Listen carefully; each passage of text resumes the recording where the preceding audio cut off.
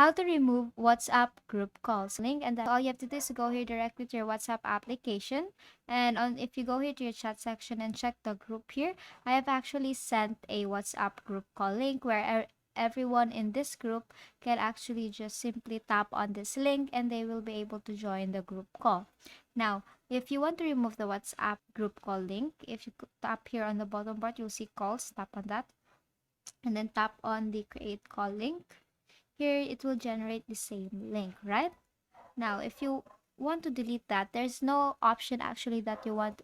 There's no option where you can remove the WhatsApp group call link, but the other way for that is you can go to the chat section where you actually sent the group call link and just simply remove it. Here, tap on this, long press this one, and then tap on delete, and then confirm delete here, delete for everyone, and it will automatically be deleted. And now you can message everyone in the group that you will be sending a new group call link, and basically that's it. That's how you remove WhatsApp group call link, and that is all for today. If this video helped you, please give us some thumbs up and subscribe to the YouTube channel for more tutorials. Thank you for watching.